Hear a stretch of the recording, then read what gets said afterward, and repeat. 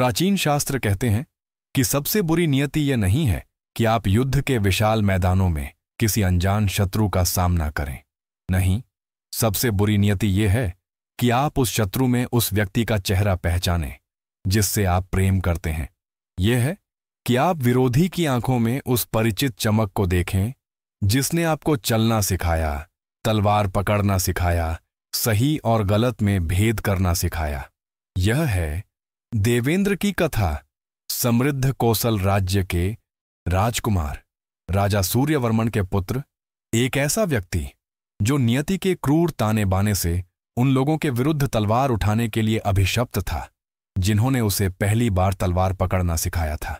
एक योद्धा जिसे अपने ही गुरु के विरुद्ध, अपने युद्ध भाइयों के विरुद्ध, उस परिवार के विरुद्ध सेनाओं का नेतृत्व करना था जिसने उसे पाला था। परंतु क्या होता है जब कर्तव्य यह मांगे कि आप उन सबको नष्ट करें जिनसे आप प्रेम करते हैं? जब आगे बढ़ने का हर कदम अपने ही हृदय के टुकड़ों पर चलना हो, और सबसे महत्वपूर्ण, जब मौन, निष्क्रियता, लड़ने से इनकार करना भी विश्वासघात का एक रूप बन जाए। यह एक कथा है असंभव चुनावों के बारे में, धर्म के भार के बारे में, जब वह मानव कंधों पर पर्वत की तरह टिका हो, और उस क्षण के बारे में जब एक व्यक्ति को पता चलता है कि सच्चा साहस कभी संदेह न करने में नहीं है, बल्कि तब भी कार्य करने में है जब आपके अस्तित्व का हर तंतु आपसे रुकने के लिए चीख रहा हो। तैयार रहें, क्योंकि यह यात्रा हमें कोसल के सुनहरे मैदानों में, सरयू नदी के पवित्र तटों पर और उस युद्ध के हृदय में ले जाएगी जो पहले एक व्यक्ति के भीतर लड़ा गया, इससे पहले कि वह युद्ध के मैदानों में फैल जाए। कोसल उन प्राचीन समयों में सरयू घाटी के सबसे समृद्ध राज्यों में से एक था। इसकी उर्वर भूमि गेहूं और जौ के सुनहरे सागर की तरह फैली थी। प्रातःकालीन हवा के स्पर्श से धीरे धीरे लहराती। खेत इतने विशाल थे कि एक व्यक्ति कई दिनों तक चल सकता था, और फिर भी राजा सूर्यवर्मन, सूर्य का राजा जैसा कि उन्हें उनकी प्रजा जानती थी, के अधीन होता। कोसल के गांव धन्य थे। बच्चे मिट्टी और फूस के घरों के बीच स्वतंत्र रूप से दौड़ते थे। उनकी हंसी संकरी गलियों में गूंजती थी। महिलाएं पत्थर के ओखलों में अनाज पीसते समय गाती थीं। उनकी आवाजें मंदिरों की घंटियों की आवाज के साथ गूंथी जाती थीं, जो प्रार्थना के घंटों को चिह्नित करती थीं। बाजार मसालों, रंगीन कपड़ों, पके फलों और चंदन की अगरबत्ती की अविस्मरणीय सुगंध से भरे होते थे, जो विष्णु, शिव और दिव्य माता को समर्पित वेदियों पर शाश्वत रूप से जलती थी। परंतु जो वास्तव में कोसल को विशेष बनाता था, वह केवल इसकी भौतिक संपत्ति नहीं थी। यह वह न्याय था जिससे राजा सूर्यवर्मन शासन करते थे। वे कोई अत्याचारी नहीं थे। वे ऐसे राजा नहीं थे जो पत्थर की दीवारों के पीछे छिपे रहते, अपनी प्रजा के दुख से दूर, बल्कि विपरीत। हर सुबह नदी में स्नान और सूर्योदय के समय अपनी प्रार्थनाओं के बाद राजा अपने महल के द्वार खोल देते थे। कोई भी प्रजा, सबसे विनम्र किसान से लेकर सबसे धनी व्यापारी तक, पास आकर सीधे उनसे बात कर सकता था, और सूर्यवर्मन सुनते थे। वे दिव्य धैर्य से सुनते थे, पैतृक ज्ञान से विचार करते थे, और एक पिता के हृदय से निर्णय लेते थे जो अपने सभी बच्चों से समान रूप से प्रेम करता है। इस न्यायप्रिय राजा के विभिन्न रानियों से 2 पुत्र थे। सबसे बड़े थे देवेंद्र, प्रमुख रानी से जन्मे, एक ऐसी महिला जो अपने देवों के प्रति भक्ति और जरूरतमंदों के प्रति दयालुता के लिए जानी जाती थी। देवेंद्र ने अपनी मां को महल के द्वारों पर भिखारियों को भोजन कराते देखा, उन्हें कोढ़ियों की देखभाल करते देखा जिन्हें कोई और नहीं छूता, उन्हें संसार के अन्याय के लिए रोते देखा, जबकि वे अपने निजी कक्षों में दुर्गा की छोटी वेदी पर रात रात भर प्रार्थना करती थीं। देवेंद्र ने इन गुणों को विरासत में पाया। बचपन से ही उन्होंने एक राजकुमार के लिए असामान्य संवेदनशीलता का प्रदर्शन किया जो युद्ध के लिए नियत था। जब उनकी उम्र के अन्य लड़के शिकार में आनंद लेते थे, देवेंद्र महल के बगीचों में घूमना पसंद करते थे। सजावटी तालाबों के कमल के फूलों पर तितलियों को बैठते देखते। जब उन्हें लक्ष्यों पर तीर चलाना सीखना चाहिए था, वे अक्सर महल के पुस्तकालयों में पाए जाते थे। वेदों को पढ़ते और ब्राह्मणों से धर्म, कर्म और मोक्ष के अर्थ के बारे में प्रश्न करते। यह राजा सूर्यवर्मन को चिंतित करता था, इसीलिए नहीं कि वे एक क्रूर या असंवेदनशील पुत्र चाहते थे, बल्कि इसलिए कि वे जानते थे कि एक राजा का जीवन विशेष रूप से अशांत समय में दयालुता से अधिक की मांग करता है। यह कठिन विकल्प चुनने की क्षमता की मांग करता है। यह कभी कभी कठोर होने की क्षमता की मांग करता है, जब करुणा विनाश की ओर ले जा सकती है। इसलिए जब देवेंद्र 12 वर्ष के हुए, सूर्यवर्मन ने कुछ ऐसा किया जो उनके पुत्र की नियति को हमेशा के लिए बदल देगा। उन्होंने उन्हें अग्निदेव के साथ अध्ययन करने के लिए भेजा। कोसल के सबसे महान योद्धा और आराशी, एक ऐसा व्यक्ति जो एक ही समय में सभी युद्ध कलाओं में निपुण और पवित्र शास्त्रों का गहन झाता था। अग्निदेव राज्य के उत्तर में पहाड़ियों में एक साधारण आश्रम में रहते थे। उनका शरीर दशकों के अनुशासन द्वारा तराशी गई एक जीवित मूर्ति था। इस्पात की रस्सियों जैसी मांसपेशियां, आंखें जो 100 कदम की दूरी पर एक पत्ते की गति देख सकती थीं, हाथ जो चट्टानों को तोड़ सकते थे या उसी निपुणता से घावों को ठीक कर सकते थे। परंतु अपनी सारी शारीरिक शक्ति के बावजूद अग्निदेव कुछ और भी प्रभावशाली के लिए जाने जाते थे। क्रोध को नियंत्रित करने की उनकी क्षमता। कहा जाता था कि एक बार एक राक्षस यक्ष ने अग्निदेव को द्वंद्व युद्ध के लिए चुनौती दी और उन्हें सबसे भयानक तरीकों से अपमानित किया। उनके पूर्वजों को श्राप दिया, उनके चेहरे पर थूका, उन्हें कायर कहा।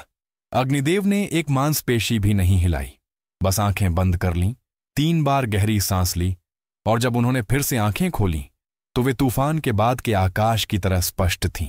यक्ष आर्ष की शांति देखकर अपने स्वयं के क्रोध से शर्मिंदा होकर झुक गया और क्षमा मांगी। इस असाधारण व्यक्ति के शिक्षण के अधीन देवेंद्र ने अपने जीवन के अगले 8 वर्ष बिताए। अग्निदेव ने केवल तलवार कैसे पकड़ें या तीर कैसे चलाएं यह नहीं सिखाया, उन्होंने ऐसा क्यों करना है यह सिखाया।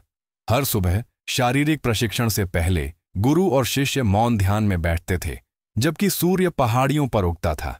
अग्निदेव कहते थे, देवेंद्र, एक योद्धा जो स्वयं को नहीं जानता वह केवल कौशल के साथ एक हत्यारा है, परंतु एक योद्धा जिसने अपने स्वयं के मन को वश में कर लिया है वह धर्म का रक्षक है। देवेंद्र ने इन शिक्षाओं को वैसे ही अवशोषित किया जैसे सूखी धरती पहली बारिश को अवशोषित करती है। उन्होंने न केवल लड़ना सीखा बल्कि कब लड़ना है, न केवल कैसे जीतना है बल्कि क्यों जीतना है। सीखा कि सच्ची शक्ति नष्ट करने की क्षमता में नहीं है बल्कि रक्षा करने की क्षमता में है, कि सच्चा साहस भय की अनुपस्थिति नहीं है बल्कि उसके बावजूद कार्य है। परंतु अग्निदेव के आश्रम में एक और छात्र था, वीरेंद्र, देवेंद्र का सौतेला भाई, महल की एक द्वितीयक रानी का पुत्र। वीरेंद्र वह सब कुछ था जो देवेंद्र नहीं थे। जहां देवेंद्र विचारशील थे, वीरेंद्र आवेगी था। जहां देवेंद्र प्रश्न करते थे, वीरेंद्र आंख बंद करके पालन करता था। जहां देवेंद्र तलवार को अंतिम उपाय के रूप में देखते थे, वीरेंद्र इसे पहले के रूप में देखता था। दोनों भाई एक साथ प्रशिक्षण लेते थे, एक साथ खाते थे, आश्रम की कठोर जमीन पर एक दूसरे के बगल में सोते थे, परंतु उनके आंतरिक मार्ग अधिक से अधिक भिन्न होते जा रहे थे। अग्निदेव यह समझते थे। शांत रातों में जब अन्य छात्र सो चुके होते थे, वे अक्सर देवेंद्र को तारों भरे आकाश के नीचे निजी बातचीत के लिए बुलाते थे। मेरे राजकुमार, गुरु शहद की तरह मधुर लेकिन चट्टान की तरह दृढ़ आवाज में कहते थे, आप अपने भाई वीरेंद्र को देखते हैं, उसके हृदय में आग है। यह आग सर्दियों में पूरे गांव को गर्म कर सकती है या पूरे राज्य को राख में बदल सकती है। आग न अच्छी है न बुरी, यह इस पर निर्भर करता है कि इसे कौन नियंत्रित करता है। देवेंद्र समझते थे, परंतु वीरेंद्र के पास कभी ऐसी बातचीत नहीं होती थी। अग्निदेव कोशिश करते थे, परंतु युवा द्वितीयक राजकुमार एक अदृश्य घाव लिए था। ज्येष्ठ पुत्र न होने का कटुता, यह जानने का असंतोष कि जन्म की दुर्घटना के कारण वह कभी राजा नहीं बन पाएगा, और यह घाव सभी अनुपचारित घावों की तरह संक्रमित होने लगा। वर्ष बीत गए। देवेंद्र और वीरेंद्र महल में लौट आए। अब पुरुष बन चुके थे, प्रशिक्षित योद्धा, प्रत्येक अग्निदेव की शिक्षाओं को बहुत अलग तरीकों से धारण करते हुए। राजा सूर्यवर्मन अधिक वृद्ध हो गए थे। उनकी पीठ जो पहले युवा बांस की तरह सीधी थी, अब दशकों के शासन के अदृश्य भार के नीचे थोड़ी झुक गई थी। उनके बाल, जो कभी पवित्र कौवे के पंख की तरह काले थे, अब मानसून के बादलों की तरह सफेद थे, परंतु उनकी आंखें अभी भी उसी ज्ञान और दयालुता से चमकती थीं। वे जानते थे कि उनके दिन गिने चुने हैं, महसूस कर सकते थे। जोड़ों में दर्द जो फुसफुसाहट के रूप में शुरू हुआ था, अब चीख रहा था। सांस जो पहले गहरी और आसान थी, अब छोटी छोटी लड़खड़ाहटों में आती थी, विशेष रूप से ठंडी रातों के दौरान। सूर्यवर्मन ने अपने सलाहकारों, राज्य के मुख्य ब्राह्मणों और अपने दोनों पुत्रों को बुलाया। सिंहासन के महान कक्ष में संगमरमर की पैतृक मूर्तियों की दृष्टि के नीचे और कमल की अगरबत्ती की सुगंध के बीच उन्होंने अपनी घोषणा की। देवेंद्र, मेरे ज्येष्ठ पुत्र, जब मेरी आत्मा इस शरीर को छोड़ेगी और पूर्वजों से मिलने के लिए प्रस्थान करेगी, तुम कोसल के राजा के रूप में राज्याभिषेक किए जाओगे। जो मौन पीछा किया, वह इतना भारी था कि महल के स्तंभों को तोड़ सकता था। देवेंद्र ने घुटने टेके, सम्मान के संकेत में अपने पिता के पैर छूते हुए। पिता, मेरे पास शब्द नहीं है, केवल यह वादा है कि मैं आपकी विरासत का सम्मान करूंगा और न्याय के साथ शासन करूंगा, जैसा आपने किया। परंतु कक्ष के कोने से वीरेंद्र खड़ा रहा। उसकी मुट्ठियां बंधी थीं, उसके जबड़े भींचे हुए, उसकी आंखें, जो पिता की आसन्न मृत्यु के लिए दूहक प्रदर्शित करनी चाहिए थीं, कुछ बहुत अलग से चमक रही थीं, कुछ अंधकारपूर्ण, कुछ खतरनाक। उस रात वीरेंद्र नहीं सोया। वह महल के गलियारों में एक अदृश्य पिंजरे में बाघ की तरह घूमा। उसका मन उबल रहा था। विषैले विचार उसकी चेतना के हर कोने में सर्प की तरह घूम रहे थे। क्यों वह? क्यों हमेशा देवेंद्र? मैंने उतना ही प्रशिक्षण लिया है जितना उसने। मैं उतना ही कुशल हूं जितना वह है, शायद और भी अधिक। परंतु क्योंकि मैं कुछ महीने बाद पैदा हुआ एक कम महत्वपूर्ण रानी से, मैं कुछ भी नहीं बना दिया गया। क्या यह न्यायपूर्ण है? क्या यह न्यायपूर्ण है? और यह उस आंतरिक तूफान की रात थी जब वीरेंद्र ने एक निर्णय लिया। वह स्वीकार नहीं करेगा, नहीं कर सकता था। आने वाले सप्ताहों में गुप्त रूप से वीरेंद्र ने अपना जाल बुनना शुरू किया।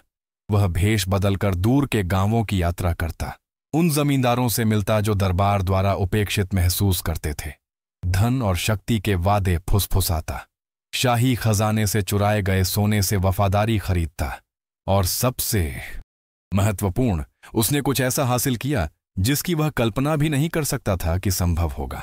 उसने अग्निदेव की वफादारी प्राप्त कर ली। कैसे? एक शिष्य ने उस गुरु को धोखा देने के लिए कैसे मना लिया जिससे वह प्रेम करता था, या बदतर, गुरु को सबसे प्रिय शिष्य को धोखा देने के लिए कैसे मनाया? सत्य जटिल और दर्दनाक था। वर्षों पहले, देवेंद्र और वीरेंद्र के जन्म से पहले, जब राजा सूर्यवर्मन अभी युवा और आवेगी थे, उन्होंने अग्निदेव को एक वादा किया था। वादा किया था कि पहाड़ियों में आश्रम की भूमि, जहां गुरु योद्धाओं को प्रशिक्षित करते थे, हमेशा के लिए सुरक्षित रहेगी और कभी भी राजमुकुट द्वारा नहीं ली जाएगी, चाहे आवश्यकता कितनी भी बड़ी क्यों न हो। परंतु एक भयानक सूखा पड़ा। पड़ोसी राज्यों से शरणार्थी कौशल में भर आए। सूर्यवर्मन भूखों को खिलाने की हताशा में कृषि भूमि का विस्तार किया और क्षण की तात्कालिकता में अनजाने में अपना वादा तोड़ दिया। आश्रम की भूमि का कुछ हिस्सा ले लिया गया। खेतों को जगह देने के लिए पवित्र पेड़ काट दिए गए। अग्निदेव ने कभी कुछ नहीं कहा, दर्द को निगल लिया, परंतु असंतोष का बीज बो दिया गया था। वीरेंद्र ने इस प्राचीन घाव को खोज लिया और एक कुशल लेकिन दुष्ट शल्य चिकित्सक की तरह इसे सटीक क्रूरता से फिर से खोल दिया। वह एक अमावस्या की रात गुरु से मिलने गया और कहा, गुरुदेव, मेरे पिता ने आपका पवित्र वचन तोड़ा और अब वे सिंहासन पर उस पुत्र को बिठा रहे हैं जो हर चीज में उनके जैसा है, जिसमें सुविधाजनक होने पर वादे तोड़ने की क्षमता भी शामिल है। परंतु मैं आपको आपका सम्मान वापस दिलाऊंगा यदि आप मेरा समर्थन करेंगे। जब मैं राजा बनूंगा तो न केवल ली गई भूमि वापस करूंगा, बल्कि आश्रम का आकार दोगुना करूंगा। आप दोगुने योद्धाओं को प्रशिक्षित कर सकेंगे, दोगुने जीवन बचा सकेंगे, दुनिया के लिए दोगुनी भलाई कर सकेंगे। अग्निदेव ने स्वयं से संघर्ष किया। कई दिनों तक अपने आश्रम के पास सदियों पुराने बरगद के पेड़ के नीचे ध्यान किया, उपवास किया, प्रार्थना की, परंतु प्राचीन घाव वीरेंद्र के सुनहरे वादों के साथ मिलकर अंततः ज्ञान पर हावी हो गया। उन्होंने स्वीकार कर लिया और स्वीकार करते हुए कोसल की नियति पर मुहर लगा दी। जब राजा सूर्यवर्मन अंततः शरद ऋतु की एक मौन सुबह में निधन हो गए, उनकी अंतिम सांस दोनों पुत्रों और एक राज्य के लिए एक प्रार्थना थी, जिसके बारे में उन्हें डर था कि यह बहुत देर तक शांत नहीं रहेगा। उनके शरीर को सभी पवित्र संस्कारों के साथ अंतिम संस्कार के लिए तैयार किया गया। ब्राह्मणों ने 3 दिन और 3 रातों तक मंत्र गाए। अंत्येष्टि चिता सुगंधित लकड़ियों के साथ सरयू के तट पर बनाई गई। पूरे राज्य ने रोया, परंतु सूर्यवर्मन की राख के ठंडा होने से पहले, उनकी प्रजा के चेहरों पर आंसू सूखने से पहले वीरेंद्र ने अपनी चाल चली। अग्निदेव को अपनी बगल में उन जमींदारों के साथ जिन्हें उसने खरीदा था और गुप्त रूप से बनाई गई निजी सेना के साथ वीरेंद्र महल तक मार्च किया और घोषणा की। मेरे पिता की वसीयत जबरदस्ती के तहत की गई थी। देवेंद्र ने उन्हें उनकी कमजोरी के क्षणों में हेर फेर किया। मैं सच्चा उत्तराधिकारी हूं और मेरे पास राज्य के महानतम योद्धाओं का समर्थन है। देवेंद्र, त्याग करो या युद्ध होगा। देवेंद्र सिंहासन कक्ष में थे जब उन्होंने ये शब्द सुने। एक क्षण के लिए जमीन उनके पैरों के नीचे से गायब हो गई लगी। युद्ध की धमकी के कारण नहीं, बल्कि इसलिए कि वीरेंद्र के बगल में पूर्ण कवच पहने और तलवार निकाले हुए अग्निदेव खड़े थे। गुरु, मास्टर, वह व्यक्ति जिसने उन्हें सब कुछ सिखाया। देवेंद्र को ऐसा लगा जैसे एक भाला उनकी छाती के पार हो गया हो। गुरुदेव, उन्होंने फुसफुसाया। उनकी आवाज टूट रही थी। क्यों? अग्निदेव ने उत्तर नहीं दिया।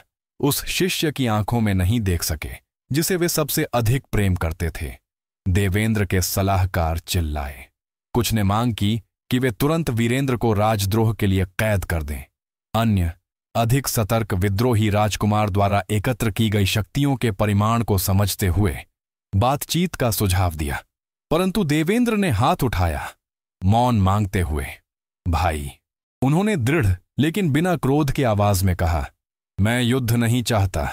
मैं एक मुकुट के लिए अपनी प्रजा का खून नहीं बहाना चाहता। यदि यह वही है जो आप चाहते हैं तो हम एक रास्ता खोज सकते हैं। हम राज्य को विभाजित कर सकते हैं। हम नहीं। वीरेंद्र ने काटा। उसकी आवाज पत्थर की दीवारों में गूंजती। कोई विभाजन नहीं होगा। एक राजा होगा और वह राजा मैं होऊंगा। तुम्हारे पास अमावस्या तक कोसल छोड़ने का समय है। उसके बाद मैं तुम्हारी उपस्थिति को युद्ध की घोषणा मानूंगा। और इस प्रकार वीरेंद्र महल से बाहर चला गया, अग्निदेव और उनकी सेनाओं को अपने साथ ले जाते हुए। देवेंद्र सेनापतियों से घिरे थे जो रणनीतियां चिल्ला रहे थे, सलाहकारों द्वारा जो राजनीतिक समाधान पेश कर रहे थे, पुजारियों द्वारा जो शास्त्रों को उद्धृत कर रहे थे कि एक राजा का कर्तव्य अपने राज्य की रक्षा करना है। परंतु वे इनमें से कुछ भी नहीं सुन रहे थे। वे जो कुछ भी सुन रहे थे वह उनके स्वयं के हृदय के टूटने की बहरा कर देने वाली मौन थी। उस रात देवेंद्र सो नहीं सके। वे महल के बगीचों में घूमे जहां वे बच्चे के रूप में खेले थे, तालाब के किनारे बैठे जहां उनकी मां पवित्र मछलियों को खिलाती थीं, तारों को देखा और कोई उत्तर नहीं मिला।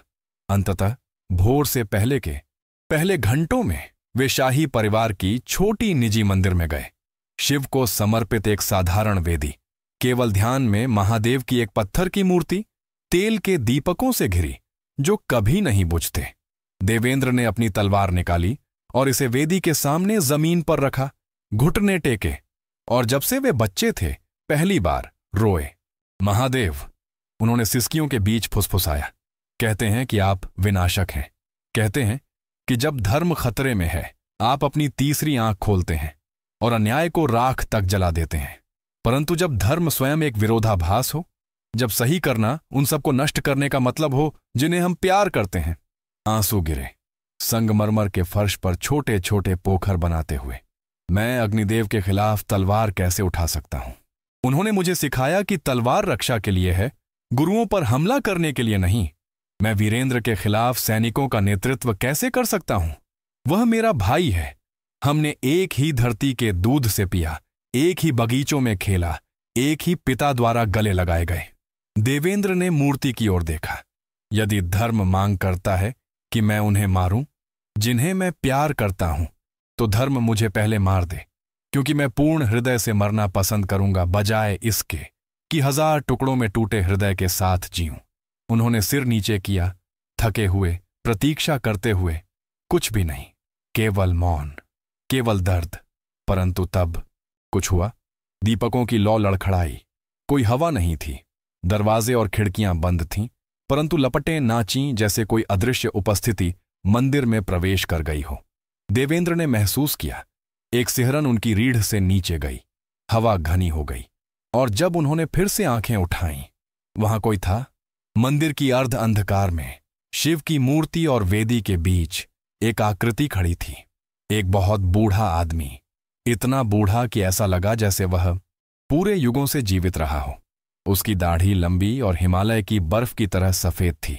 उसकी आंखें बिना तल के कुओं की तरह गहरी थीं।